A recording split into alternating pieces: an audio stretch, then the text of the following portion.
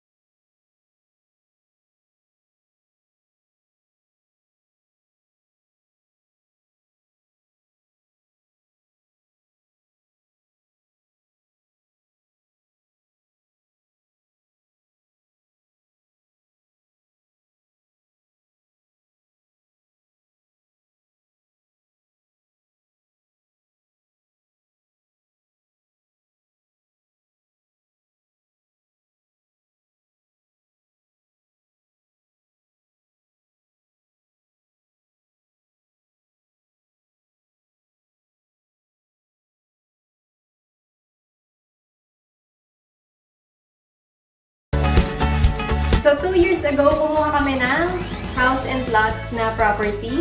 So, pumunta kami sa developer kasi nga gusto na namin yung location na to dahil malapit sa lahat at very accessible sa expressway. So, we agreed na dito yung location na gusto namin kasi malapit sa lahat. Malapit na sa mga supermarket, sa palengke, sa lahat ng mga nearby establishments. Maganda. So, nung nakita namin na merong opening, merong bakante, pumunta kami ng developer at luckily, meron pang isa na naiiwan, which is, ito yun, yung nag-iisang property na naiiwan. So, directly sa developer, this is a house and lot property. So, directly, nag-down payment kami, nag-set up kami ng down payment sa developer at kinuha na namin yung property. And now, this is it. Charan! Actually, nung kinuha namin to, mag-boyfriend and girlfriend pa lang kami. Little did we know na mapupunta kami sa ganitong stage na totoo na. Kasi nung una, akala namin boyfriend-girlfriend, pakasal. And then tuloy-tuloy kasi even before we planned the wedding, we bought the house. Nakuha na niya to. So, nagdire-diretso na po ang budol.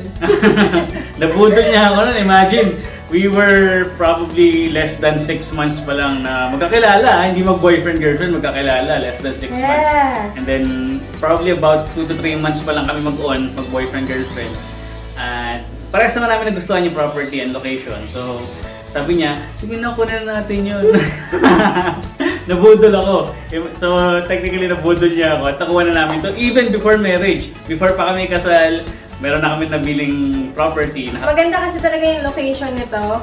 Kasi yung harapan namin is open court, basketball court. So, presko yung paligid at pumapasok talaga yung hangin dito. Yes, and nag-scout kami sa neighborhood. Tahimik naman sila lahat, so probably baka kami lang yung pinakamaingay dito. So, lahat naman ng mga neighborhood. Sure. Tahimik naman, wala namang mga may ingay na tao. Yung ganitong klaseng property ay maganda sa mga newlyweds, especially kung nag-start pa lang kayo bumuo ng family kasi umpisahan nyo naman yung down payment nito sa monthly payments lang. Yes. So hindi kayo mabibigla na isang buong bulto na bayarin. Kaya maganda siyang pangsimula ng pamilya. Yes. Speaking, baka maraming katanong, no? Pag nag-upload yun ng mga picture, paano kakasya yung 11 kids dyan? Kasi we are going to have 11 kids na yung hashtag namin, 11 kids. May nakikita ng mga tao, paano ba magkakasya yung 11 kids dyan?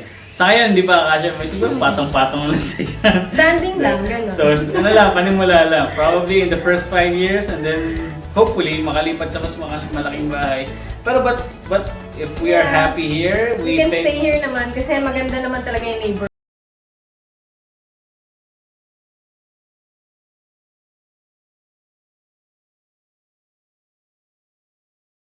Yung flow ng buhay natin dito, bakit pa tayo lilipat? Maganda naman yung bahay, maganda naman. Sente, ang most important, ang pinaka-importante lang ay dapat happy tayo sa loob ng pamamahay. So, yun. I mean, hopefully, sana pagdating ng araw na lumipat na kami dito, tuloy-tuloy na, smooth na lahat at wala na maging aberya. at maging masaya kami dito sa bahay na to. And I think gano'n naman yung mangyayari. So, that's it. Let's tour you around sa aming mini mansion. Mini mansion. Come on! So, ito yung labas ng house. Yan. Under construction pa siya. And then, Yes, yes. so, ayan. Yan. Ang labas. Sama mo ako sa shot, di ba? Ang lapit kasi.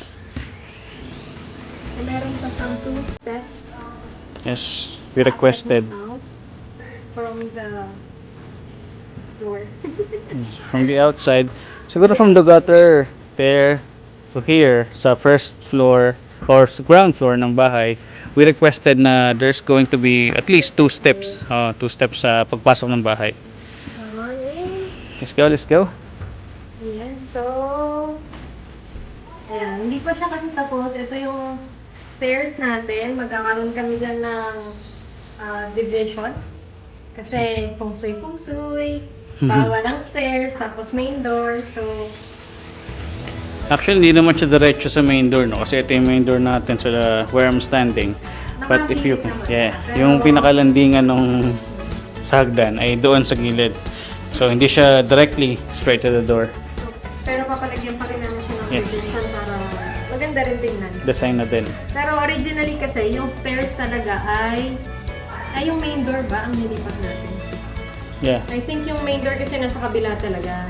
Pero, para mas maluwag siya, nag-decide kami na i-gilid na lang lahat dito yung mga doors.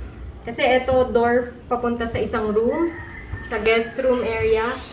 And then, ito yung sala, and then dining area. So, para lahat magkakasama na lang dito, walang makakaabala na door, di ba? So, hindi ka na maggigilid-gilid pa ng mga sofa or dining table. Eh, dyan na sila lahat. And then, the door and the stairs, dito na lahat sa kabilang side. It's going to be a bathroom. Madilim siya eh. Medyo madilim. Pero okay lang, next time na natin Let's yung skip that. And then, this is our kitchen. Yes. Originally, dito lang yung lababo. Pero, nag-decide kami na ilabas din yung lababo and gamitin na yung area na to para sa kitchen natin. So, silipin nyo na lang ang ating kitchen.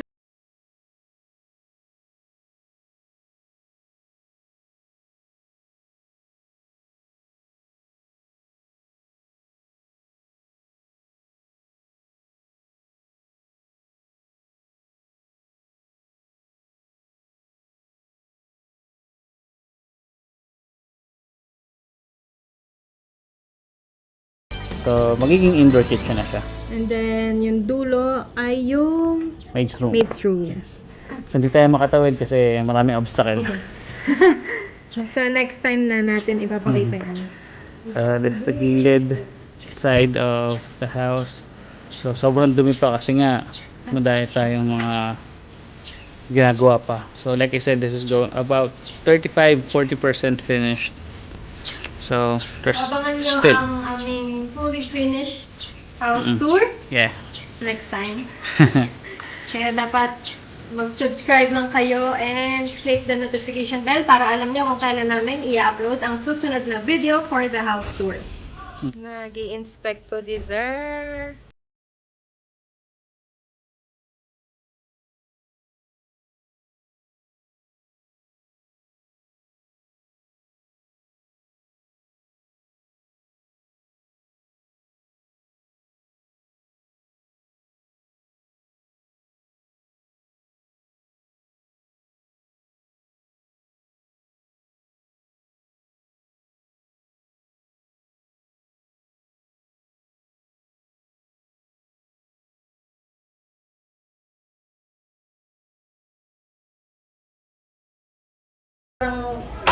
Ano tawag? Yung sa pader, Yeah. yung iukit siya na parang magiging shelves. Yan. So, entire dito para merong lalagyan ng mga display area. Dito siya mapupunta. Para magamit din kasi. Dahil maliit yung house namin, so kailangan namin umisip ng way para makapag-display ng mga bagay-bagay. Ayan, so instead na vacant lang tong wall na to, gagamitin natin siyang display area. Pero hindi pa siya ginagawa. So, pag na-finish na yung house, makikita niyo rin yun. This is our second floor. Meron din kaming CR, bathroom, upstairs. Siyempre, ayan. Next time na namin yan papakita. So, this is our bedroom. As you can see, medyo malaki siya. Sakop niya yung buong bahay na halos. Hindi naman buong bahay. Pero from front hanggang likod na ng house. Kasi dapat 2 rooms to, pero pinatanggalan namin yung division sa gitna para maging isang malaking room na lang siya. Since kami pa lang naman dalawa ng husband ko ang titira dito. And nagpa-extra room naman na kami sa baba.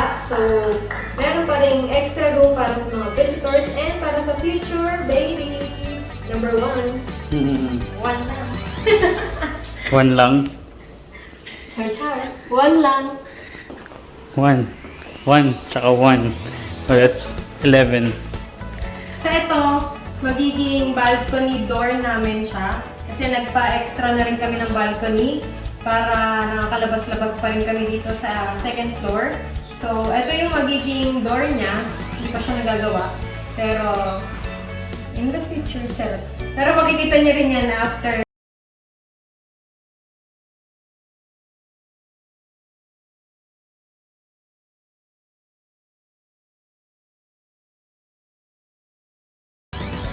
So, yan na ang ating under construction house tour. If you want to see the finished product, finished house tour, abangan nyo yan sa aking YouTube channel. Don't forget to like and subscribe. See you again next episode!